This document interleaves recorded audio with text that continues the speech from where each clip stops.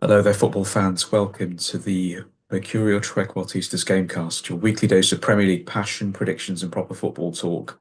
By way of introduction, I'm Datan, and joining me is my co-host, the man whose insights always arrives well ahead of the curve. Mark, how are we feeling? Oh, so very festive. I've survived my visit from the three ghosts of football, past, present, and future, to make it through to another year. So, what's on the menu today? We will start, as always, with Premier League talking points. We will then move on to our second segment, which is fantasy football tips for the weekend ahead. And we will round things off with our third section, the obscure facts segment. It's the trivia corner earning its stripes week after week.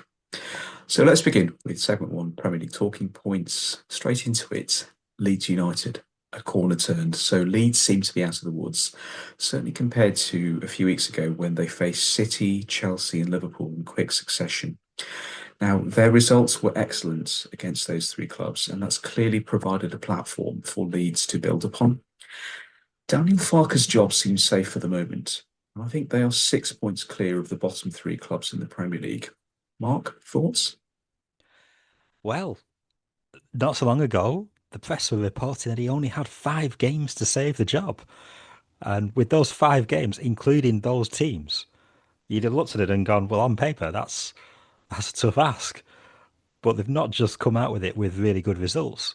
They've come out with it performing fantastically well as well. It's been a very good sequence. Daniel Calvert-Lewin is being clinical and putting away the goals, and Stack's been playing great. They've made some very good teams have a lot of problems on the pitch, so they deserve to have got out of the relegation zone.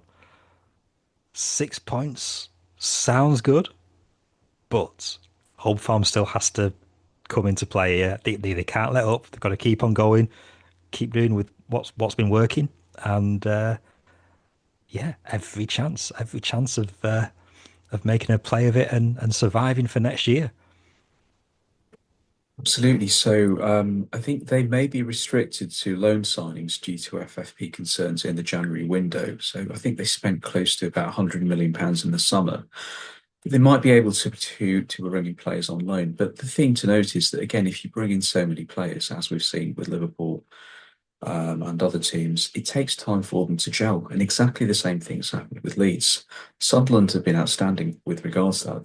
They've, also bought a ton of players for the Premier League, but they've gelled quicker than the rest. But the Leeds squad seem to be gelling. And you've touched on Stack and Calvert-Lewin. They are the form players, but with Calvert-Lewin, what Leeds have is a proven Premier League striker, and he's now truly firing on all cylinders. I think in the last set of fixtures, Palace were absolutely destroyed by Leeds. I think the score was 4-1 to Leeds. Palace are very much an informed team at the moment, and how Everton must rue that Calvert-Lewin is no longer with them. I know that he struggled with fitness when he was at Goodison. Leeds also seem to have cracked the code with regards to his fitness, which is even more impressive. If he can keep it up, it could even be a late run for the England squad as well. I mean, England's out and out strikers outside of Kane. I mean, Watkins isn't really in form as far as the goals are concerned. You've got Ivan Toney playing abroad. Calvert-Lewin could be an outside chance here. So yeah, if he can keep it going, keep fit, then yeah, could be making a little late run for the England team. Who knows? As far as Palace are concerned, I think to be fair to Palace, yeah, that was a hammering.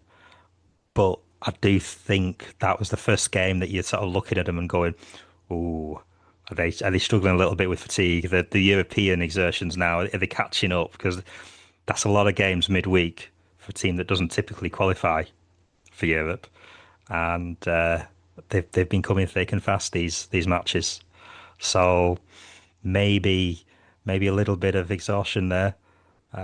They looked like they'd sort of turned it around a bit for the League Cup match against Arsenal. That was incredibly close. But yeah, hopefully they can get a second win and go again. Absolutely, absolutely. We move on to story number two this week, and we were going to focus a bit on AFCON. and talk a bit about Premier League players there because there's an awful lot of them. Obviously, it's the same with every international tournament, but AFCON 2025 it kicks off on Sunday, the 21st of December. We are in the middle of the Christmas period, and it's those times when you just don't know what day of the week it is. So the 21st of December was a few days ago, but it's been going on in the last few days. Yeah, look at your face. You're just like, yeah, exactly. It's Everyone what? says this. It's what? Yeah, everyone says this over Christmas. It was the 2nd of December a day ago. Is that why the But fancy meal was out the other day? oh yeah, it was rather good, wasn't it? Oh, All these mince pies just keep appearing. gotta start paying more attention. But focusing on Senegal, if we start with them, they've been one of the standout teams in the group stages. They have Sarr, Spurs, and Gay of Everton, and they helped their side to a 3-0 win over Botswana. They topped their group early on. Egypt, led by the one and only Mo Salah, they have secured progression to the knockout rounds with a 1-0 victory over South Africa recently. Salah has again been central to their attacking threats, and they also have Omar Marmoush, who's at City. He's a bit out of favour at the moment there, but he's a very, very talented striker. Nigeria, they have a very, very strong contingent, especially from Fulham. They have three players from Fulham, so that's Iwobi, Bassi, and Chukwueze. And they opened with a 2-1 win over Tanzania. They've yet to find consistent cohesion in attack, but they have a lot of good players, and they always are favourites for the AFCON. There's DR Congo. They have one Bissaka of West Ham, and I think it's Noah Siddiqui of Sunderland. And they picked up a fairly narrow 1-0 win over Benin. That's keeping them competitive in Group D alongside Senegal. It's been a good tournament so far, Mark. I mean, we've both been watching games. Yeah, it's just been nice sort of seeing, some really, really good attacking positive play. Uh and that is, usually is indicative of AFCON anyway. But I think Egypt look like they're on a bit of a mission. I've watched both Egypt matches and they look hungry in this one. Went behind in the first match and then, to come back from 1-0 down, 2-1 up. Mamouche, Salah, both bringing in the goals, and then the Salah penalty in the second game last night. That was, yeah. You could feel there was a little bit of nerves going on there. He looks a little, feeling the weight of that penalty. I think on that one, but put away convincingly, and yeah, some really really nice games. Looking forward to catching some more. Absolutely, this because, well, I think this week, so there's the Premier League fixtures, but there's a lot of fixtures through AFCON as well, so there will be much football to watch. But to me, it highlights two key points. Firstly, the strength and depth of Premier League squads. They more and more players are sort of going there. And secondly, AFCON, as you've just mentioned rightly, it has developed into a major international tournament, and it's giving more and more Premier League players, and in fairness, players from other leagues, the chance to grow and showcase their talents at an international level. It's wonderful to see. Yeah, I think although I got a little bit yeah, a little bit worried when I saw Daka celebration though. That looked painful. So painful, but it Oh was so my impressive word. because I mean, he just got back up and just like kept celebrating. I Oh, bet it well, must have that'll hurt, be the but adrenaline from the goal. All the neck injury. God, he's a talented striker. I mean, he's still with Leicester, isn't he? Yes. Yeah, Yep. yeah, Yeah, still yeah. with Leicester. And yeah, I mean he's got Premier League history as well. He played a few matches there. But it was a good. I mean, it's a good finish. Late as well. But if you look at them photographs that have got it at point of contact on the ground, it looks horrific. It looks all wrong. So glad it wasn't a bad injury, and hopefully more goals will follow. People say that the angle of his neck, it was a bit like, old photographs of like Rocky taking punches from Ivan Drago in their famous match. It was a bit Yep, like that. That was the angle, but I wasn't there for that one.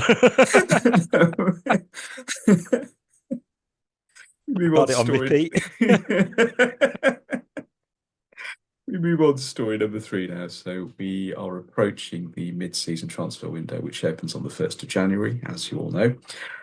Mark, I'm going to read out a few names for you. Could you just give me your thoughts on the players whose names I'm going to read out and just sort of see where it goes from there? That's okay? Yeah. Yeah, go for it. So we start with Semenyo. Ooh, everybody wants him, but only one will get him. And who's that I going to think, be? well, I don't know. I think throughout the season, it looked like Liverpool were the favourites, but it's starting to look like a City late attempts is sort of turning heads a little bit. So I don't know. Maybe they're the new favourites, but apparently the talks have been developing nicely there. But who So if knows? if he goes to City, do you think they might sell Marmoush or even Oscar Bob? uh, maybe one of them. I think. I mean, Mamouche is having he's having a pretty decent tournament at the moment. So if they were to move him on, they'd probably be able to get a nice bit of money for him. But then saying that, if Haaland is injured, who do you want coming in for him? I don't know. I think if they're sort of taking the title on this year, I think you want to keep hold of Mamouche. Can I ask you a question? I mean, I think Omar Marmoush and Hugo Ekitike used to play together at Frankfurt, so this was in the not too distant past. Isak's out injured now for a while. It's unlikely that City would strengthen a rival, but Liverpool have kind of fallen away. But if they are thinking long term, but do you think it's possible that Liverpool might go for him?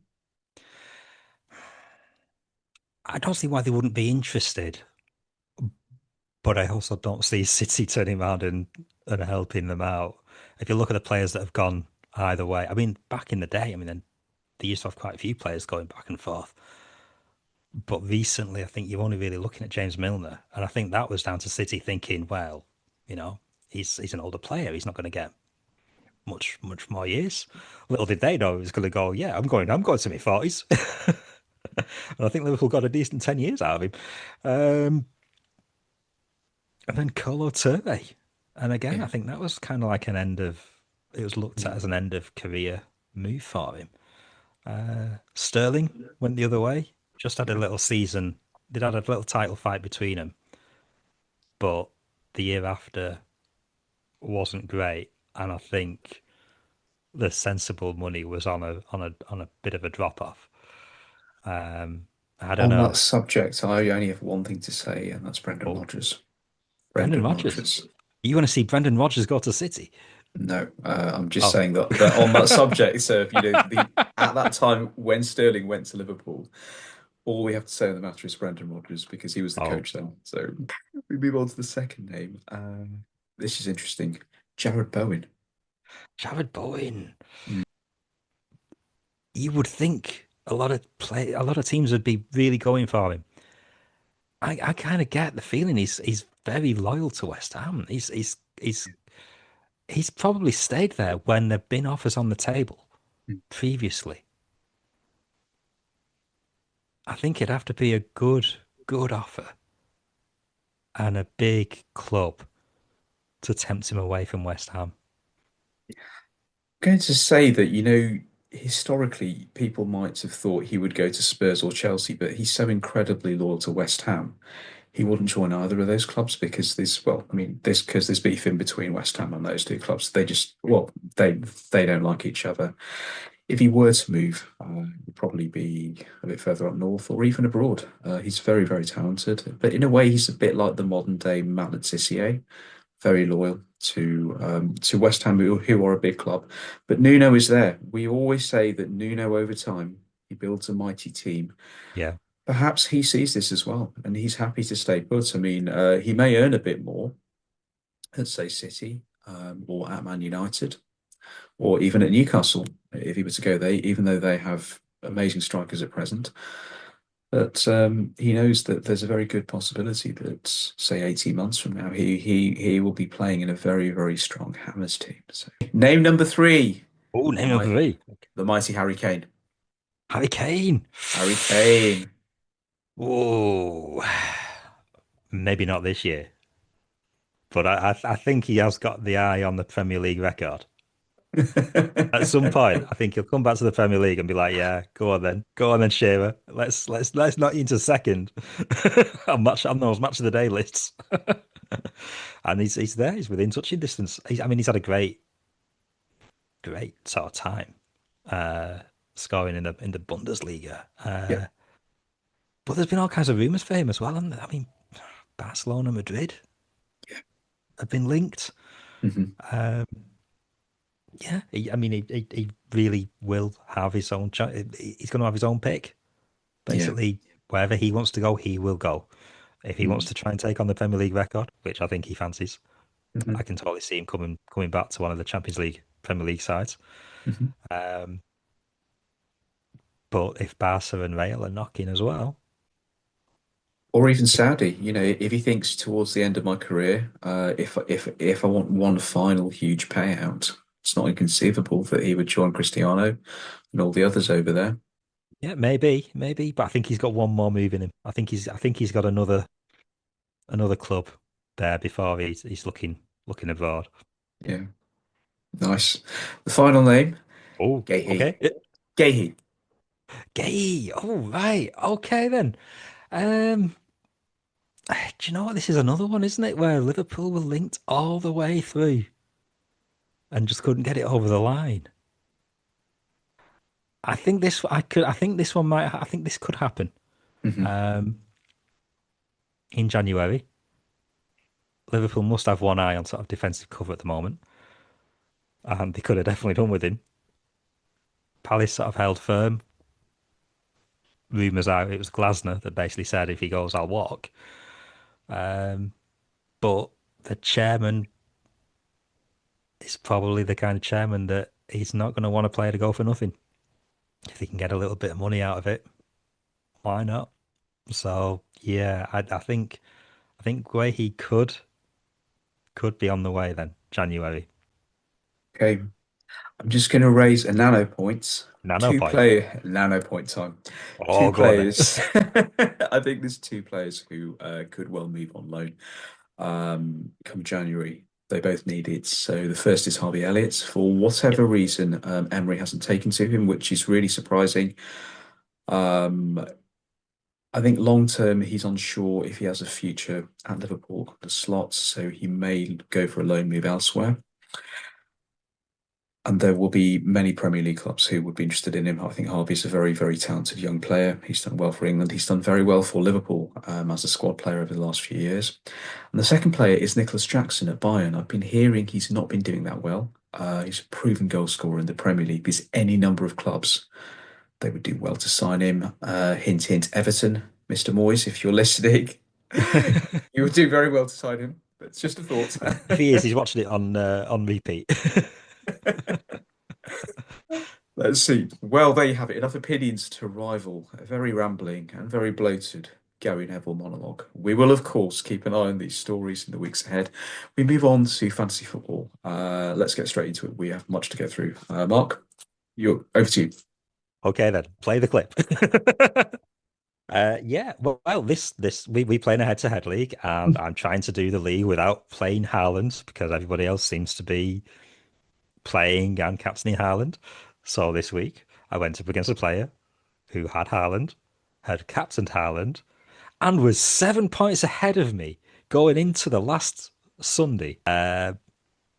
7 points behind. I had one player left to play. I Hmm. basically needed a goal and full 90-minute appearances from this player to turn it around. And And the player was Morgan Rogers, so he got 2 goals. amazing. I was going So to yeah. mention him in the breakdown, but shall I run through the fixtures very, very quickly? Oh, Just why not? Yeah, yeah. okay. So Arsenal v Brighton. Arsenal's attackers are the ones to go for. So Saka and Gyökeres, they're strong choices. I think Arsenal are going to dominate possession and create chances here. So if you can pick heavily from Arsenal this week. Brentford v Bournemouth. This is a tight fixture, so Brentford's attack can be scrappy. Bournemouth's forwards and the main man, at least for the moment, is still Semenyo. Could pop up on the break. Consider players from these two squads if you need cheap options. Then we have Burnley v Everton. Everton can be consistent away from home, but Burnley are not the strongest team in the league, so Everton's midfielders and forwards may be amongst the goals here. If they start, I do think there is a very, very low potential for a clean sheet for both sides here. Chelsea v Villa. Both teams are in pretty good form. Palmer for Chelsea is the one to go for. You've just mentioned him. Morgan Rogers is in supreme form at the moment. Amazing. Pick him at all costs. Amazing player. Then we have Palace v Spurs in the last set of fixtures. Palace lost really badly to Leeds, as we've mentioned. Spurs lost really badly to Liverpool. I'm going to go with Palace here. They still have excellent defenders, though, Mark, as you said rightly, they do seem to be tiring a bit. But I'm going to go for Palace in this one. Then it's Liverpool versus Wolves. Liverpool at home against one of the league's weakest sides, certainly in terms of the defence. Hugo Ekitike is in sparkling form. Pick him. And note that Konate and VVD often score from set pieces from time to time, or on top, as Konate would say. Pick them as they may well pick up points here if Liverpool, if they dominate set pieces and score.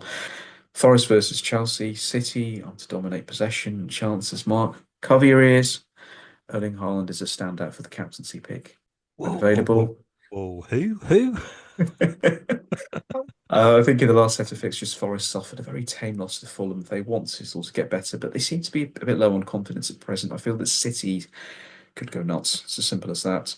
In the final two fixtures, Sunderland versus Leeds, both promoted teams, both playing well. Leeds are the informed team at the moment, though Sunderland are very, very strong, both in terms of defence and on the counter. I think Sunderland's defenders are decent cheap options if you fancy a budget clean sheet punt. Leeds, you've mentioned Stack, and we both mentioned DCL. They're the ones to go for. And finally, West Ham versus Fulham, I should say. Both teams can score, in particular from set pieces, but the two main men, Bowen, who we've just spoken about, and Harry Wilson, who we also touched on last week, they will steal the headlines. So there we go. And the captaincy picks Haaland and Ekitike at Liverpool. I think he could be amongst the goals against Wolves, so they're the ones to go for. Yeah. I think the Liverpool side, there's not many outfield players fit either. So if you're going to go with Liverpool, it's going to be a case of picking wisely. Wilson plays in his position of away at AFCON, so he should definitely be starting. Yeah, But yeah, yeah. should be a nice round of fixtures there. And you raise a very good point because everyone, please remember that with the glut of games which are going to start over the holiday period, and they start as of this weekend, and AFCON ongoing, many teams they will rotate quite heavily. So do pick accordingly, everyone. Right. If we move on to the obscure fact section, first obscure fact this week: the fastest hat trick in the Premier League. Sadio Mane scored 3 goals in 2 minutes 56 seconds for Southampton v Villa in 2015. It remains the fastest hat trick in Premier League history. His goals came in the 13th, 14th, and 16th minutes. Southampton won 6-1, and the feat cemented Mane's reputation as being truly explosive. What a player he was, Mark. Yes, and how is that ever going to be beaten? I mean, you thought the Robbie Fowler one in the early 90s was was rapid, but this was sort of like every single thing going in, wasn't it? It was, and you can watch it over 3 minutes, Yeah. including with the original replays, and you're going, oh right, that replay's over. Oh, he scored again. But yeah, rapid fire, scorching pace, and yeah, very good runs at Southampton and Liverpool. So 2 minutes 56 seconds. In a way, it's the perfect Premier League short. It is, yeah. It would literally fit on a shot. It's under the three minute zone. So yeah. Speaking of Liverpool, we do actually have the answer from last week's trivia question as well, which was in the lowest scoring penalty shootout Yeah. that I could remember. Liverpool won 2-0 in the shootout against Birmingham. Redknapp got the first penalty, and we asked who got the second.